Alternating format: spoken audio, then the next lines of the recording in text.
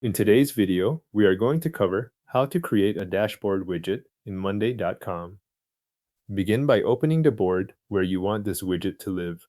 This matters because the dashboard view you add will be tied to that board, and the widget will pull from the data already there.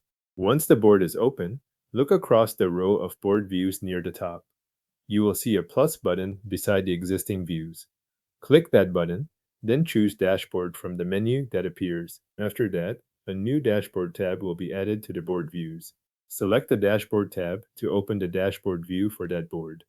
If it takes a moment to load, wait for the view to finish opening before you continue. You are now in the place where dashboard widgets can be added and arranged. To create the widget, click Add Widget. Monday. Com will show the available widget types.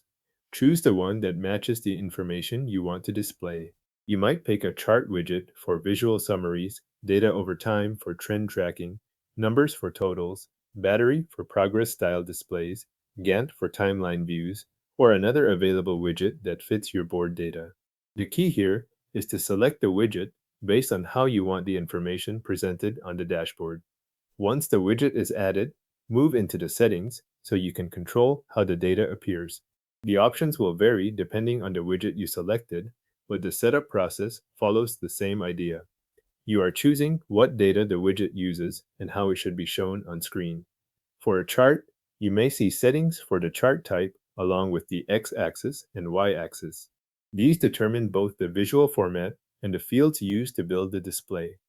You may also see a customized section, which can change details about the presentation. Some widgets include benchmark lines, which can help mark a target or reference point.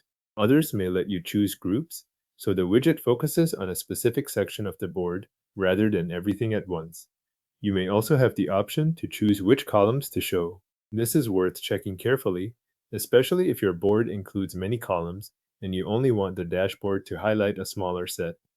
Adjust each setting as needed until the widget reflects the information you want to monitor.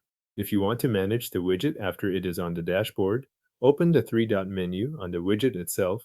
This menu gives you access to additional options for that widget. The exact choices available can depend on the widget type, but this is the place to look when you need to make changes beyond the main setup area. Your monday.com board now has a dashboard widget added and configured in the dashboard view.